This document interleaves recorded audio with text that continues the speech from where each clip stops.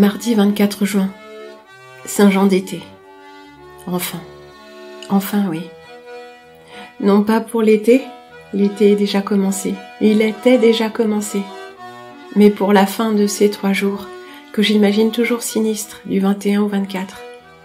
Que ce soit en été comme en hiver. Oui, on avait un exercice comme ça au cours de théâtre, en été comme en hiver, nanana. Ah mon Dieu. Ça remonte. Et des petites remontées, des petits burps acides de la jeunesse et de l'enfance constamment. D'ailleurs, celui-ci n'est pas acide, il est juste inintéressant. Saint-Jean. Oui, c'est en ce moment qu'on cueille les millepertuis, mais ça dépend où, bien sûr.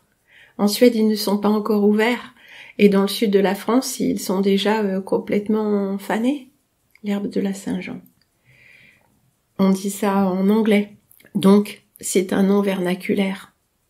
Donc ça correspond au climat de l'Angleterre, donc qui est pas très chaud, mais qui est pas glacial non plus, parce que c'est partout un peu insulaire. Donc ça correspond plutôt à la moitié nord de la France. Enfin, la moitié nord. La Lozère, c'est plus froid que la moitié nord de la France, chers amis. Petit pot de café brûlant, dans sa verseuse d'émail vert d'eau, dont le toucher, mais aussi la forme, la couleur, me ravissent. La poignée, si bien faite pour une petite main de femme. Enfin, petite. Tout est relatif, j'ai pas des petites mains pour une femme. Mais par rapport à un homme, j'ai de petites mains. Parfois, nos paumes sont de même taille. Oui, tous les hommes n'ont pas des mains énormes, et tous les hommes n'ont pas développé leurs mains par le travail. Si vous regardez les mains des bouchers, pourquoi ont-ils des mains énormes et boudinées? C'était pas forcément au départ, mais c'est d'être en contact constamment avec toute cette protéine. Oui, je l'avais appris d'un fils de boucher. Donc lui n'était pas boucher, il était homo. Oui, avant on aurait dit pédé, mais homosexuel, masculin. Très précieux. Il voulait se faire un nom dans le journalisme. Et ailleurs si possible. Il prenait tous les moyens. Enfin pas tous, un surtout. La porte arrière. Et on dit souvent qu'il faut faire partie de la maison cachère pour que toutes les portes s'ouvrent. Mais c'est pas nécessaire. On peut prendre la porte arrière, ça s'ouvre très bien aussi. Mais je m'égare comme toujours, je ne voulais pas vous parler de ça. Je suis de retour sur la nappe à carreaux rouges. La nappe à petits carreaux de Vichy rouge. Oui, on peut se repérer dans l'espace et dans le temps, un petit peu comme les vidéos Canapé rouge d'Alain Soral, vous savez. Toute cette série. Ben là, c'est la nappe à carreaux. Enfin, la nappe, c'est un tissu. Il est un peu léger pour une nappe, mais c'est pas mal. Je l'ai plié en 2. Alors ça fait comme un chemin de table, mais dans le mauvais sens, si j'ose dire. Enfin, quoi qu'il n'y a pas de sens pour un chemin de table. Généralement, ça s'emploie dans la longueur, mais pourquoi pas dans la largeur. Et comme je suis seule à ma grande table, enfin grande, c'est une table faite de 3 planches, vous savez, cette fameuse table, non pas la table de Saint-Michel, mais cette vieille table qui était dehors et qui a joué dans tous les sens et qui est, on pourrait dire, déchirée de partout si cela se disait pour le bois. Sa couleur est grise, vous savez, comme le vieux bois qui a beaucoup été dehors. Mais c'est du bois, du vrai bois, pas du bois de pin qui ne ferait que 3 saisons désormais. Sa maille est serrée, et malgré tous ces nœuds et tous ces éclats et ces clous, ouais, je sais pas, ils ont dû renforcer la structure qui est pourtant faite, je vérifie avant de dire des bêtises, chevillée, donc une vraie table. Ça a été renforcé avec des clous qui ont rouillé, mais même ça a son charme. Enfin, ça peut être quand même un peu pénible de s'accrocher sur des échardes, alors je mets ce petit linge de table, comme on dirait un linge de lit. Et mes petites choses d'émail, ces petits bols, ces très jolis petits bols d'inspiration japonaise peut-être, de grès émaillé bleu de fer, avec coulure. Ils sont tellement beaux.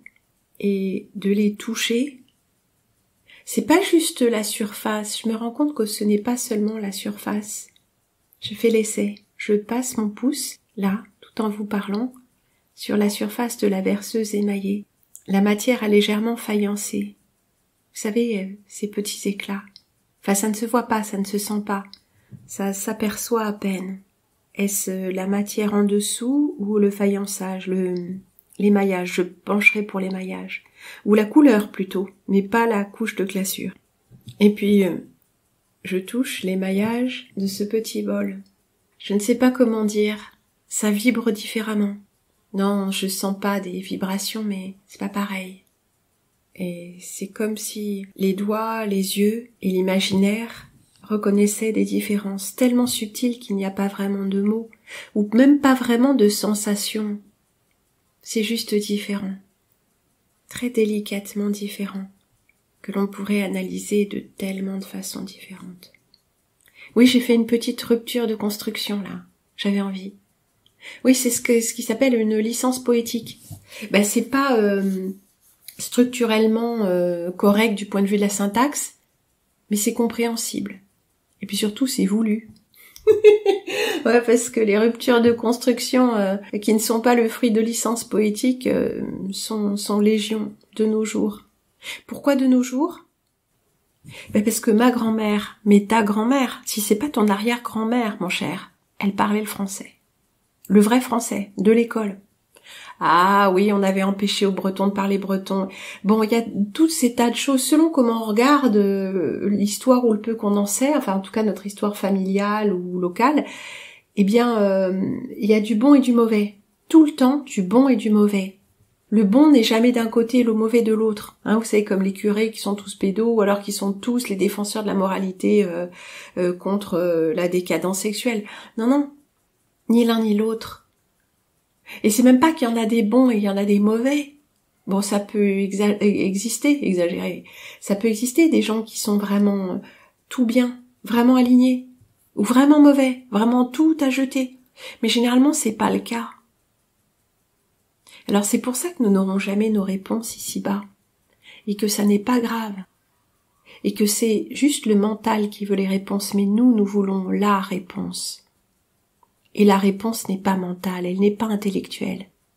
Elle est quelque chose qui s'adresse à tout notre être, parce que c'est tout notre être qui crie, pas juste la partie visible du personnage incarné, tout. Notre cœur, notre conscience avec un grand C, pas notre mental autoconscient, pas nos capacités cognitives, c'est plus que ça. La conscience en termes plutôt spirituels. La conscience est un fragment de Dieu. Dieu se fragmente-t-il? Ou est-ce nous qui sommes fragmentés? Nous avons notre cœur la nostalgie de la présence de Dieu. Et parfois, quand c'est vraiment notre quête sur la terre, nous sentons la présence de Dieu. Il y a une fête dans le calendrier catholique que vraiment j'aime beaucoup. Présence du Seigneur. La fête, c'est la fête de la présence du Seigneur. Mais pour un peu, j'en aurai les larmes aux yeux. Parle-t-on du Seigneur Jésus-Christ? Parle-t-on du Père ou de l'Esprit Saint? Cette fameuse Trinité-là, incompréhensible, est héritée d'autres traditions trinitaires, bien sûr, et gnostiques et zoroastriques ou je ne sais quoi, ou encore plus ancienne, sachant que ancienne ne veut rien dire. Ancien ne se rapporte pas à de la chronologie. Enfin, pour nous, c'est censé le faire, mais en réalité, ancien veut dire profond. Donc, occulte. Je vous promets de m'exprimer là-dessus. Je pense que vous comprendrez, à l'aide d'exemples que vous avez déjà dans votre tête parce que vous avez entendu des gens s'exprimer sur la question. Mais reprenons plutôt notre Trinité. Chaque symbole est ambivalent, au moins divalent. Il a deux significations et c'est à nous de choisir, parce que nous sommes polarisés. Oui, il faudrait ne pas choisir et toujours prendre la voie du milieu. Le bouddhisme nous dit ça. Mais réfléchis, si tu es un homme, tu es un homme, avec du masculin. Alors dans ton être et tes comportements, tu adapteras ta psyché, tes réactions d'une façon plus attribuée au féminin. Plus d'écoute, moins d'impulsivité peut-être, ou moins d'efforts bruts, mais plus d'endurance. Et c'est comme ça que tu vas t'accomplir en tant qu'homme. Mais physiquement, tu restes un homme. Tes attributs sont ceux d'un homme. Ta physiologie est celle d'un homme. Ton métabolisme est celui d'un homme. Tu sues beaucoup. Ta sueur et tes urines sentent fort. Tu es velu, tu es puissant musculairement. Voilà, c'est ça un homme. Alors, pas forcément à 100%, mais ton devoir est de rester un homme.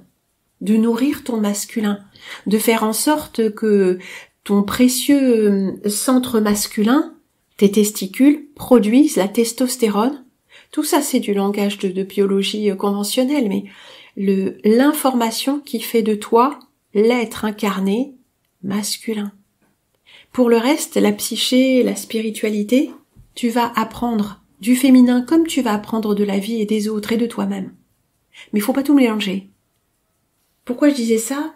Parce que nous sommes dans le monde polarisé et nous devons nous positionner.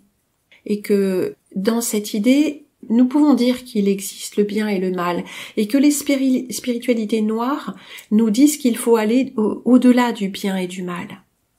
Comment va-t-on au-delà du bien et du mal? Eh bien souvent en les fondant. Non, la sodomie c'est pas mal. Non, la transgression c'est pas mal, ça te permet d'aller au-delà de ta condition limitée d'être humain. Mais la vraie liberté n'est pas là. La vraie liberté n'est pas de détruire l'œuvre de Dieu. Qu'est-ce que c'est que l'œuvre de Dieu? L'homme est-il créé par Dieu? Moi, je le crois pas comme ça. C'est pas si primaire, c'est pas si binaire pour le coup.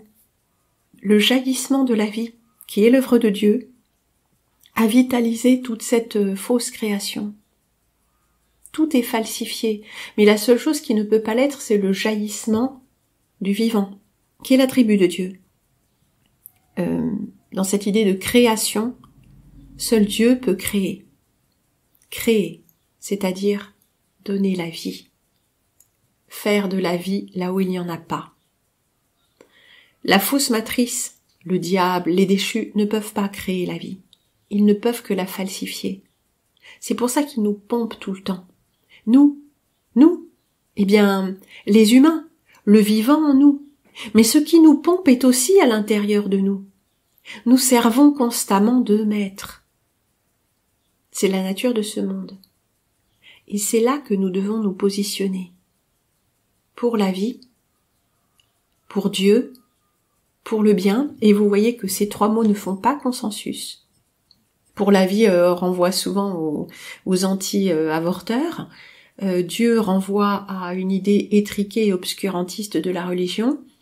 Et le bien est quelque chose que les satanistes, les lucifériens et l'homme moderne en général ne supportent pas. Mais qui est-ce qui ne supporte pas qu'on dise ça? Satan en nous. Alors évidemment, le bien, s'il est défini par l'intellect et la morale, c'est quelque chose qui ne sera jamais le bien puisque la morale est fluctuante suivant les sociétés. Ce qui est bien désormais, c'est d'être inclusif, c'est-à-dire de prôner la liberté sexuelle sous toutes ses formes, la promiscuité, aussi toute forme de sexualité déviante considérée comme la marque de la liberté. En réalité, c'est la marque de la bête. Regardez ceux qui sont les plus actifs, ce sont les plus marqués. Percés de clous dans leur nez, leurs oreilles et leur chair, y compris leur sexe, parce que ce que les LGBT à cheveux bleus exhibent, ce sont des perçages de nez, de langue, de tétons, mais n'allez pas imaginer qu'ils s'arrêtent là. Toutes les parties intimes sont percées de tas de manières différentes. Ah ben il y a des variantes invraisemblables, plus les tatouages. Alors ces gens-là, ils respectent l'œuvre de la vie. Vous me direz, c'est comme greffer des arbres, c'est pas vraiment respecter l'œuvre de la vie. C'est vrai, mais il y a une petite nuance.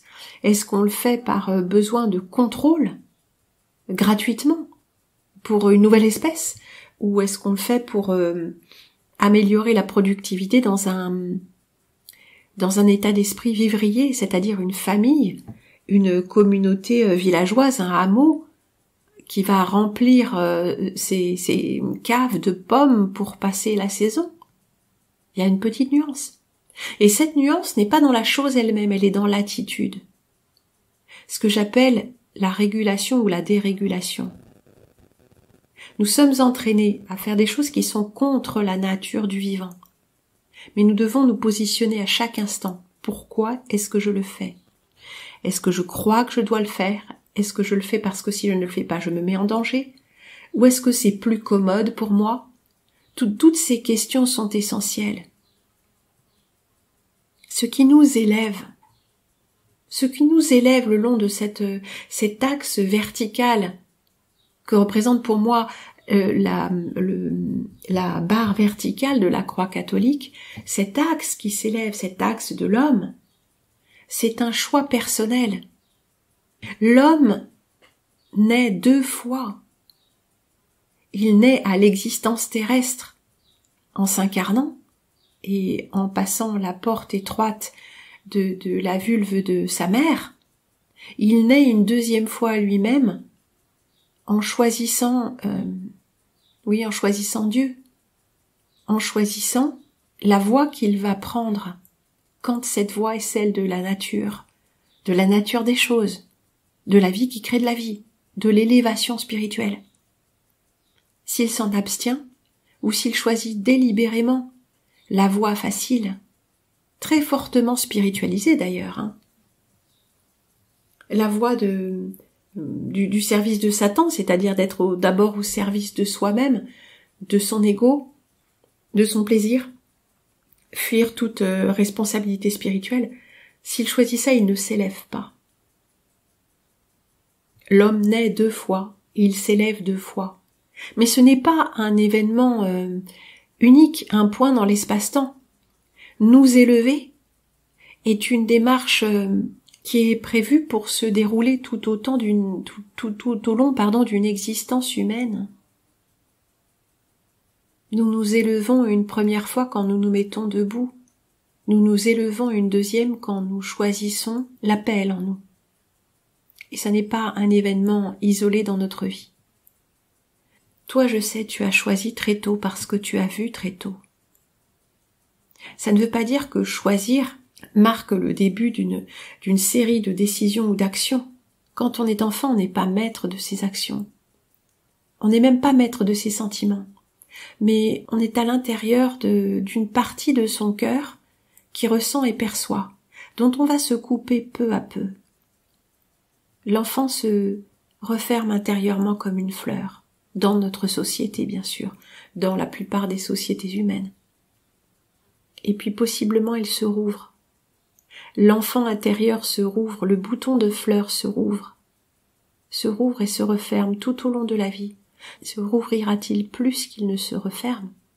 Espérons-le. Mais toi tu sais de quoi je parle. Tu as vu assez vite où était le véritable amour. Douceur, gentillesse, don de soi joyeux. Tu l'as vu chez les autres, chez ta grand-mère, chez ta sœur, ton frère. Oui, tes frères et sœurs, pas ton frère humain, non, très vite. Et puis, tu as vu que quelque chose n'allait pas. Très tôt, tu as eu cette intuition, ou alors un événement a précipité cet éveil de la conscience, cette émergence. Et tu t'es tenu tranquille tout ce temps. Il y a peut-être eu des jalons, peut-être n'y en a-t-il pas eu jusqu'à présent, jusqu'à il y a 5 ans, quand brutalement tu as réalisé que tu n'avais jamais cru à ce monde, même si tu avais avalé toutes les sornettes. Tu avais tout simplement refusé de t'y intéresser et tu avais navigué comme tu pouvais, jusqu'au moment où c'est devenu impossible. Pour d'autres, ça a été plutôt une incapacité totale à s'adapter, une dépression, des addictions, des ruptures, des grandes traversées du désert, des plages de tristesse sans fin. Quelques excursions hors de la déprime parfois, avec des moments heureux, mais qui se retirent comme les vagues sur le sable, ne laissant presque rien.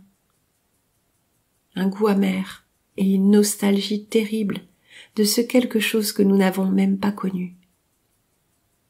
Pourquoi ces sentiments nous sont-ils si familiers? Pourquoi nous rapprochent-ils? Les psychologues ont leur réponse, bien sûr. Mais la plupart des psychologues, nous savons pour qui ils roulent. En tout cas, ceux que l'on entend volontiers. Et ceux qui n'ont pas fait le chemin vers eux-mêmes, mais ont bien intégré toutes leurs études. Et qui détermine le cursus des études académiques? Qui? Eh bien, ceux qui sont en charge. En charge de notre endoctrinement. Alors refaisons un tour au jardin pour nous changer les idées. Le coq chante, le paon crie, et dès ce matin chaud, où j'ai presque tout de suite refermé les volets, l'air est déjà étouffant. La rose trémière, la majestueuse et énorme rose trémière de l'entrée, elle a attendu mon retour pour son premier bourgeon, pour ouvrir sa première fleur de crépon.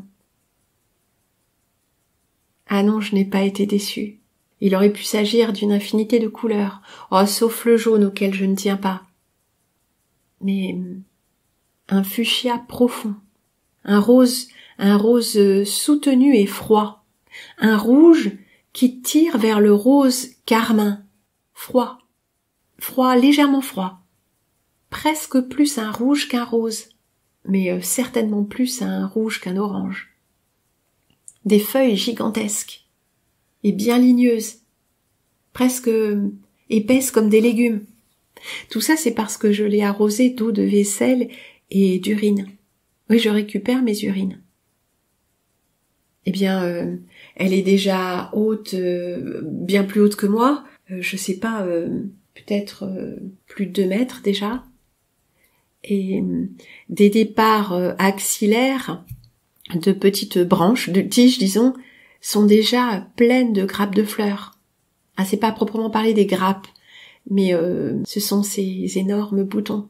Tout est énorme, comme le cosmos que j'avais cultivé il y a quelques années. Cette année, ils n'ont pas voulu lever ceux que j'avais semés, et qui était tellement énorme que, à la base, sa tige était plus grosse qu'une banane. Le diamètre, je veux dire. Et chaque jour, elle ouvre de nouvelles fleurs. Là, on en est à 5, 7, je ne sais plus. Et les premières sont toujours fleuries. Oui, comme les fleurs de crépon, vous savez, c'était à la mode à un moment. On avait acheté un livre avec ma maman pour apprendre à les faire. Oui, ces trucs de loisirs créatifs, vous savez. Mais moi, j'étais trop petite. Il fallait que ce soit ma maman qui le fasse. Et elle n'aimait pas ce genre de choses. Elle avait fait pour me faire plaisir. Nous avions acheté du papier crépon, tout à ma demande. Mais elle s'en était très bien tirée. C'était très beau. Peut-être que je devrais m'y remettre, mais la fourniture, comment dire, il faut déjà une fourniture qui est déjà très transformée, comparée à la laine ou au tissu. Il faut tout un tas de trucs très très précis.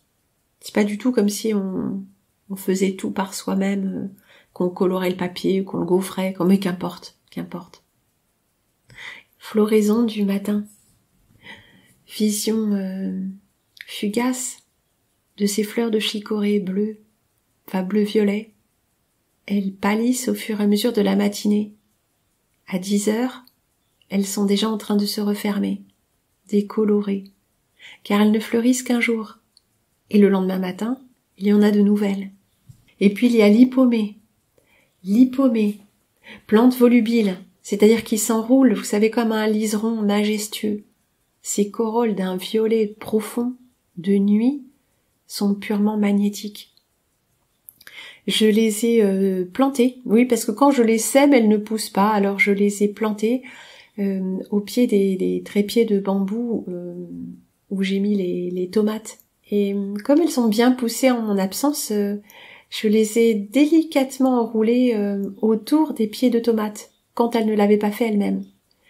Autour du pied de tomate et autour du bambou tuteur. Mais comme ça, c'est une plante qui tient la tomate sur son tuteur. C'est plus souple qu'un lien. Et ça tient. Parce que plus ça pousse, plus l'ensemble se resserre. Nous avions découvert ça tout à fait fortuitement. en semant de belles hippomées au pied des tomates, pour que justement ces tuteurs soient plus jolis. Trépieds là, trois tuteurs. Alors j'en avais que des petits, donc c'est pas vraiment suffisant pour les tomates, mais on avait fait ça. Non, c'était pas des bambous, c'était des branches qu'on avait fait avec mon ami René. D'ailleurs les branches c'était joli parce que c'était encore plus organique comme forme. C'était pas droit. Donc quand ça commençait à pousser dessus, c'était très beau, très conforme aux formes du vivant. C'était très très joli. On a fait des grands cercles pour les tomates, des grands cercles qui avaient été désherbés et tout ça, alors que chez moi c'est très dense, mais tout à fait paillé, fortement paillé. Et puis il y a une majestueuse fleur de courgette, énorme, en train de s'ouvrir. Vous savez, le bouton est pointu, et quand il s'ouvre, on dirait... il y a une fleur comme ça, attendez-moi, un champignon qui ressemble à ça, ou une fleur puante, enfin je ne sais plus. En tout cas, ça s'ouvre avec les pétales en pointe. À la pointe, ils sont de cet orangé, lui aussi assez magnétique, mais très doux. L'ensemble est très mat, et les nervures, les nervures et jusqu'au sépales, c'est plutôt vert. Donc c'est vraiment les couleurs du vivant, un vert doux, vraiment un vert fleur de courgette qui se fond dans ce jaune-orange. Il n'y a pas vraiment une continuité, mais un peu quand même. C'est fou les couleurs du vivant, c'est comme regarder l'iris d'une personne. C'est ni dégradé, ni... Enfin la couleur n'est pas fondue, pas dégradée, ni non plus complètement contrastant. Il y a un peu des deux. C'est de la lumière qui produit ces couleurs. Et puis plus elle s'ouvre, cette fleur, plus les pointes des pétales se développent en une forme, elle aussi un peu comme du crépon, au contour plus doux, plus arrondi. Et la fleur s'ouvre, orangée. Un vrai petit soleil au potager. Et là-bas, il y a les coquelicots. Oui, j'avais un petit pot de graines. Je savais pas si c'était du pavot ou du coquelicot. J'espérais que c'était des pavots. Et même des pavots pivoines, comme dans ce tableau la jeune femme dans son jardin, dans un pinceau pour vaisseau, le numéro 2, il me semble. Mais non, ce n'était pas des pavots, et encore moins des pavots pivoines, c'était de petits coquelicots, qu'on voit là-bas prendre le soleil de l'Est, à côté d'une majestueuse feuille de bête, un plant de bête à côte rouge, lui aussi traversé par les rayons du soleil. Transparence des choses du vivant, couleur de la vie, couleur du vivant, couleur des processus du vivant. C'est un ravissement sans fin. Alors aussi, j'avais laissé des pommes de terre dehors pour que les germes se développent bien verts, bien drus, bien compacts. Je les avais laissés à l'ombre. Et l'une d'entre elles s'est tellement bien développée, enracinée, que je l'ai laissée là où elle était. Elle a de belles feuilles, elle est très belle. Il me suffira de la buter en temps utile, juste au pied de la rose trémière si majestueuse. Elle aussi a dû profiter de l'engrais. Et donc ces pommes de terre, eh bien, je les ai plantées. Moi, j'en avais déjà quelques-unes. 5 pommes de terre qui étaient bien germées, que j'avais mis d'ailleurs devant l'appui de la fenêtre. C'est pas ces germes blancs et longs comme des germes de soja, pas du tout. Ce sont des beaux petits germes verts et violets, un peu hérissés, là, prêts à partir dans tous les sens, soit en feuilles, soit en racines. Donc je les ai mis sous le paillage, à la baramine. La terre était vraiment bien poudreuse, parce que c'est la dernière partie de ce petit jardin là que j'ai préparé vraiment après l'hiver et même le début du printemps. Donc il n'a pas reçu autant d'eau, il n'était pas paillé, épaissement paillé pendant tout l'hiver. Donc il est sec. Mais on verra bien. Mon regard se pose sur ce minuscule petit bouquet de senteurs, des petites roses. Ah oui, elles ont fleuri, ou elles ont un peu manqué d'eau, donc ont retenu leurs bourgeons. très beau rosier que j'avais planté, David Austin. Ouais, David Austin, créateur de roses anglaises des années 70. Ouais, j'ai appris ça par une amie qui est adepte des roses globuleuses. Bah, j'avais acheté ça au marché aux fleurs de mon village. Ah, il était très très bien le marché aux fleurs. Une vraie foire aux plantes. Hein. Ah oui, oui. Mais elles ont toutes fleuri pendant que je n'étais pas là. Tant pis.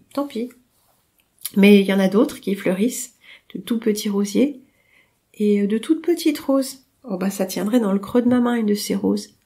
Alors je ne sais pas, oui je crois qu'elle s'ouvre en étant un peu jaune rosé et puis elle se décolore en espèce de rose très pâle. Les couleurs sont très très proches mais jaune rosé et puis rose décoloré. Un parfum très délicat. Je me suis fait un tout petit bouquet avec 3 de ces roses. Bah l'autre d'un autre rosier, à peu près la même couleur d'ailleurs, curieux. Je me suis permis de l'accueillir parce qu'elle était déjà en train de passer. Oui, son odeur aussi est en train de passer, mais elle perdra ses pétales ici. Un minuscule bouquet avec une petite feuille aussi, c'est très joli, dans un de ces verres à apéritif en forme de tulipe. Ces petits verres qu'on trouve facilement dans les brocantes. Enfin, quoique récemment, moi j'ai l'impression qu'on trouvait plus rien de joli. Alors qu'à un moment, que ce soit les brocantes ou le Secours catholique, il y en avait tellement qu'on savait plus quoi en faire. Ces verres, ils sont un peu irréguliers. Sont-ils moulés ou sont-ils soufflés? Je m'y connais pas assez, mais certains d'entre eux sont visiblement soufflés puisque dans la même série, ils n'ont pas tous exactement la même forme. Et parfois, ô merveille, un défaut dans le verre, une bulle. Petit café qui déjà a refroidi, café tiède, tiens café tiède, je vous en parlerai plus tard. Et une petite tourte de pain qui a mal levé, pain très compact de métaille, moitié j'en sais rien, et encore métaille c'est blé et seigle, et là c'était un mélange de seigle et de grand épeautre. Alors il n'est pas réussi, mais c'est du pain. Il sent très très bon. Puis moi il me convient. Comme il a mal levé, on peut pas vraiment faire de tranche. Vous savez, il s'est comme fendu par le milieu. Enfin pas vraiment, mais quand on le coupe, il a tendance, quand on coupe les tranches, quoi, les tranches se fendent en deux par le milieu, vous savez. Mais ça, c'est parce que je l'ai enfourné pas assez chaud, je pense. Donc ça l'a séché avant de le pousser à monter, à lever. Parce que pourtant il faisait chaud, il aurait dû, quoique il a pas bien levé non plus. J'utilise ce faux levain, vous savez, c'est du levain qui est vendu en magasin bio, tout ça, mais il y a un peu de levure dedans, pour que ça aille plus vite. Ouais, je vous ai déjà dit tout ça. Hein. En 4 heures, le pain au levain, il lève pas en 4 heures. Il faut un peu plus. Hein. Une vraie fermentation complète, c'est 12 heures. M'a expliqué la femme à qui justement j'ai acheté du métail sur le petit marché des Pyrénées-Orientales. Mais qu'importe. Qu'importe. Quand on a une idée préconçue sur tout, il faut les moyens pour réaliser cette idée. Et c'est ça le monde du mental. Et quand on prend les choses à l'envers, le monde intuitif et aussi l'attitude réaliste, c'est qu'avons-nous? Que puis-je faire avec ce que j'ai entre les mains? Et ça, c'est ce que m'a enseigné ma mère dans le domaine de la cuisine de ménage, c'est-à-dire la cuisine familiale. Alors qu'avons-nous, c'est qu'est-ce qu'on a dans le frigidaire, dans le cellier, mais aussi quel est le budget, et on s'adapte. Ce sont les contraintes qui rendent l'homme libre. Les contraintes librement consenties et les contraintes naturelles, organiques. Déjà, pour commencer. Et après, on adapte ça. Quand on dit j'ai pas assez d'argent pour faire ci, pas assez d'argent pour faire ça, en fait, on n'en a jamais assez puisqu'on regarde au-delà. Ça, c'est aussi une démarche transgressive. Et je dis pas qu'il faut se contenter de peu, je dis que la démarche intérieure, c'est de quoi suis-je riche? Et non pas, je voudrais ça, pour faire ça, comme les autres, il me faudrait quelque chose que je n'ai pas. Mais comme les autres, est quelque chose qui est induit par la pression mentale.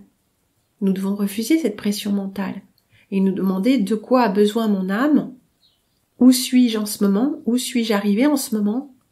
Et si nous n'avons pas de vision spirituelle, quelle qu'elle soit, nous n'arrivons pas à nous en sortir.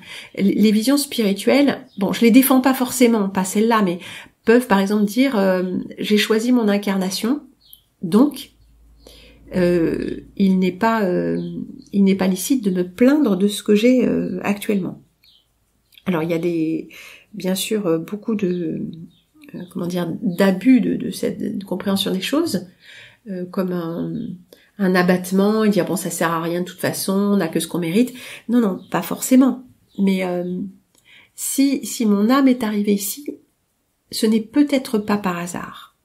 Donc si j'ai choisi, pas forcément le choix mental, je veux ça, mais ma conscience, c'est-à-dire la partie la plus élevée de moi-même, a choisi, et en même temps peut-être n'a pas choisi.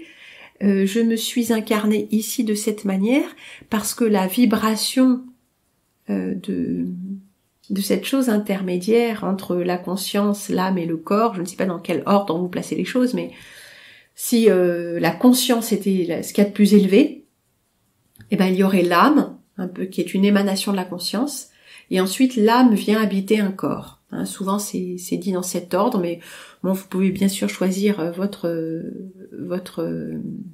propre cosmogonie, spiritualité évidemment, votre propre compréhension, votre propre image de la chose. Mais si la conscience, qui est une émanation de l'Esprit Saint de Dieu, la conscience donne naissance à l'âme, se projette dans l'âme qui elle-même vient habiter le corps, alors peut-être que l'âme vibrait d'une certaine manière qui n'a permis que cette incarnation-là. Encore une fois, nous pouvons choisir si nous sommes complètement impuissants ou si ce que nous faisons dans notre corps-esprit incarné peut affecter notre âme dans un sens ou dans un autre. Pour moi, tout ça, c'est une évidence, bien sûr. C'est pour ça que j'ai essayé de l'exprimer. Aujourd'hui, je l'exprime comme ça. Peut-être que je pourrais l'exprimer autrement, parce que c'est pas si important. Parce que le mental, de toute façon, lui, il peut rien comprendre. Ce qu'il nous faut, c'est de nous mettre en paix avec des choses qui ne sont pas du ressort du mental. Et nous aligner sur ce que nous pressentons que nous sommes. Cette âme incarnée. Et au-delà encore cette conscience, et au-delà encore la lumière de Dieu. Alors qu'ici, nous sommes baignés de la lumière de Lucifer qui brûle les yeux, qui crame les plantes, qui fait ses effets stroboscopes plus ou moins avoués. La lumière des écrans, la fausse lumière. Mais nous sommes nostalgiques de la vraie. C'est pour ça que nous sommes émerveillés devant une fleur. La fleur reflète la lumière de Dieu, au sein même du monde de la chute. La couleur de ces pétales, je veux dire des plantes spontanées, pas des choses qui auraient été complètement dénaturées. Et encore ces choses dénaturées, elles portent toujours la marque de la vie. Mais plus elles sont dénaturées, plus elles nous ramènent à notre mental. Comme ces animaux de compagnie, qui sont depuis si longtemps élevés pour n'être que... pour flatter le mental de l'homme, pour qu'il ne se sente pas seul, pour qu'il ait quelqu'un qui donne des ordres, pour qu'il ressente une forme d'amour qu'il appelle inconditionnel, mais qui est la dévotion de l'esclave envers son maître. Car l'amour implique la liberté. Un animal sauvage qui ne vous doit rien, comme un petit oiseau qui vit ordinairement caché dans les buissons et tout ça, qui s'approche de vous, qui vient voler autour de vous, c'est un cadeau, c'est un don de Dieu. L'apprivoisement des animaux sauvages ou le fait de posséder un animal dont vous êtes le maître n'est pas un don de Dieu parce que c'est un besoin mental de s'attacher l'animal. Et les animaux d'élevage, bien qu'ils ne soient pas là pour flatter le mental, mais pour donner à l'homme l'assurance de sa nourriture, par le fait de voler le lait d'une espèce qui n'est pas la nôtre, hein, alors que le lait, c'est dans les 2 premières années de la vie et strictement le lait de la mère, et pas celui d'une autre espèce, ou de la viande, donc en tuant ces animaux. Donc tout ça, ça flatte cette part de nous qui n'est pas de Dieu, qui est que nous devons contrôler la matière, contrôler la chaîne d'approvisionnement, et contrôler autrui comme nous contrôlons nos relations. Un animal de compagnie, c'est un éternel enfant, ou comme un enfant demeuré qui ne grandira jamais mentalement. Il reste toujours dépendant, mentalement, spirituellement, en fait émotionnellement. Il ne prendra jamais son essor en disant je t'ai beaucoup aimé, tu m'as élevé, mais maintenant je m'en vais m'élever par moi-même et avoir une vie qui m'appartient.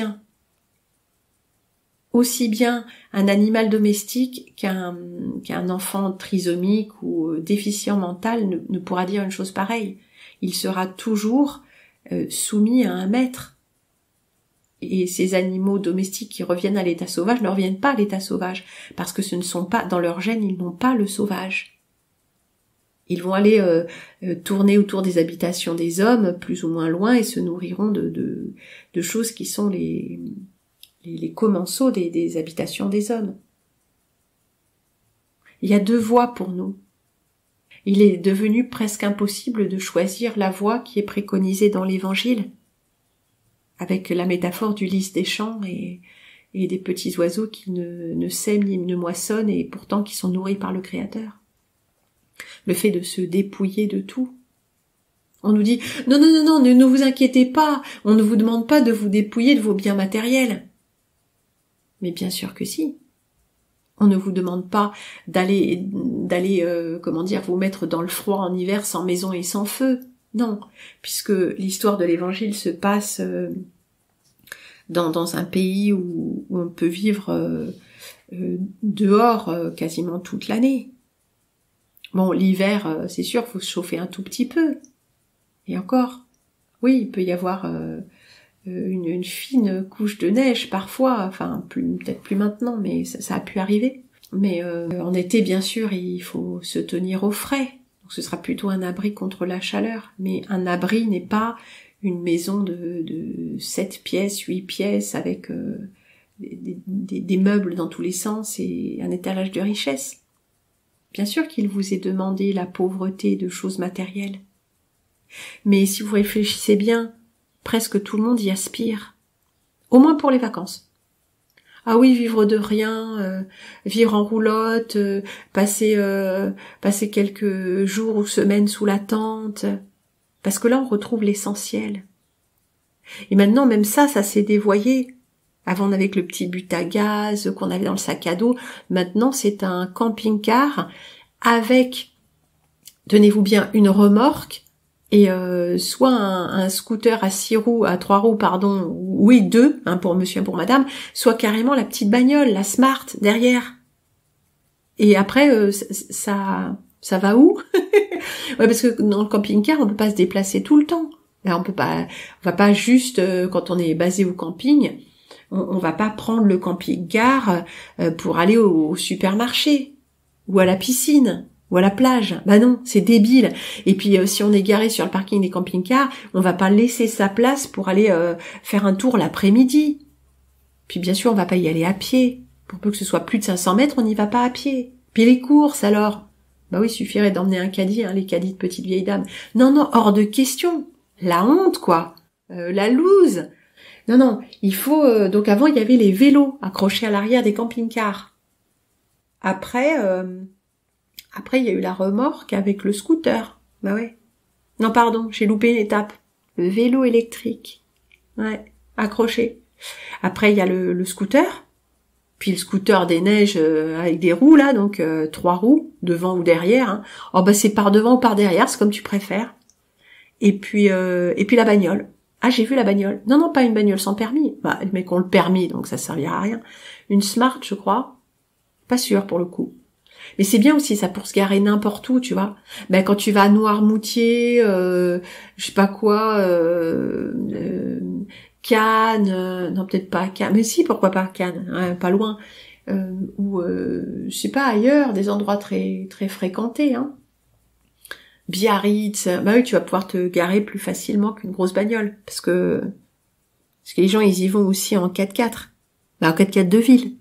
Donc voilà ce qui est devenu le camping. Donc en fait les gens sont perdus en cours de route. Ah mais c'est quand même plus confortable. Bah oui, t'as même les chiottes à l'intérieur. Donc t'es tout le temps en train de passer sur la tranche, mais au moins tu peux aller chier dans un placard à balai qui est à toi. Puis après tu vas vidanger. Bref. Bah oui, avant, tu faisais le camping à la ferme, machin, tu pouvais aller chier dans les bois si t'étais pas loin. Tu creusais un trou, enfin, oui, dans la haie, enfin, tu vois. Et puis, t'avais presque rien, le sac à dos, enfin, les gens maintenant, ils sont obligés de faire le chemin de Saint-Jacques pour se rendre compte de ce que c'est que le dénuement. Mais dans le dénuement, nous trouvons nos vraies forces et nous trouvons la vraie poésie du jour, surtout quand nous sommes en camping à la ferme ou, oui, justement, en grande randonnée sur... non, pas les chemins de grande randonnée forcément. Ouais, maintenant tout est balisé, mais en train de marcher sur le chemin Robert Louis Stevenson en pleine Lozère où il y a rien. Et pendant des heures, tu ne vois rien. Oh, c'est beau. Bah là, t'oublies un peu plein de choses, les écrans, tout ça. Enfin, maintenant, on les oublie plus. Je pense que les pèlerins de Saint-Jacques, ils ont le GPS pour savoir où ils sont. Ah bah, le chemin est balisé, mais des fois que. En tout cas, en perdant le dénuement, on perd le contact avec soi. Le silence, le peu de choses, donc moins de distractions. Tout devient plus important, plus essentiel. C'est vrai que c'est pas toujours joli, mais ça aurait pu l'être. J'ai un but à gaz, c'est pas très beau, les couverts de camping, c'est méga moche, mais je pense à un temps où ça ne l'était pas forcément. Un Opinel, c'est joli. On n'est pas obligé d'avoir un couteau avec le manche en plastique et des couverts en plastique avec d'un côté la cuillère, de l'autre la fourchette, mais moulée, vous savez. Ils font ça, Ikea, je crois. Non, ça peut être des belles choses. Ça peut être des choses qui ont été faites par nous. Bah, à l'époque, ça l'était. Bah, les lames de couteaux artisanaux, quoi, et qu'elles sont faites comment? Par quelqu'un. C'est ça, un coutelier. Les manches aussi, du reste. Me suis-je égarée ou ai-je cheminé avec vous sur ce chemin qui va de ma nappe à carreaux au jardin, en passant par les grandes étendues battues par les vents de la Lozère? J'y vois une chapelle, abandonnée bien sûr. Entrons dans la chapelle, car elle n'est pas fermée. Il y fait frais, et les oiseaux chantent dans un arbre voisin. Mais elle se dresse au sommet d'une petite éminence toute pelée. Je m'assieds sur l'un des bancs, un banc ancien, qui a sans doute été taillé et poli à la main. 4 rangées de bancs de part et d'autre, et le petit autel de la Vierge avec une statue en plâtre. Une nappe d'autel et un bouquet qui a séché. Ou plutôt non, c'est un bouquet sec avec des immortelles, de la monnaie du pape et quelques autres graminées en pompons très jolies, dont la tige, mais aussi les inflorescences sont pourprées. Vous savez, de ce brun violet très foncé qui se fond en ton de paille claire en allant vers la pointe. 2 petites ouvertures sur les côtés éclairent l'autel. Enfin, pas au niveau de l'autel, qui se situe au niveau de la voûte en cul de four, mais sur les côtés, 2 petites ouvertures. Non, il n'y a pas de vitraux, il y a juste des grilles pour empêcher les oiseaux de rentrer. Un souffle passe. En rentrant, le bruit de mes pas qui ont raclé le sol, et le bruit aussi que fait le frottement de mes vêtements, le poids de mon corps sur le banc qui grince. À ces bruits légers, j'ai entendu que l'acoustique du lieu était intéressante, avec un peu de réverbération. Alors je chante, comme toujours, je chante cet hymne à la Vierge, que j'avais appris en l'écoutant sur un disque d'un chœur de, je sais plus, de 3 hommes et 2 femmes.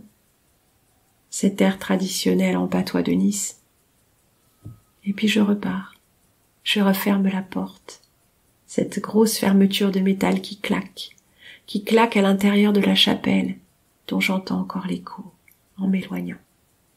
Et je reviens ici, café froid, pain dur comme la pierre, et tout petit bouquet tout petit, qui m'embaume d'un parfum lui aussi, tout petit.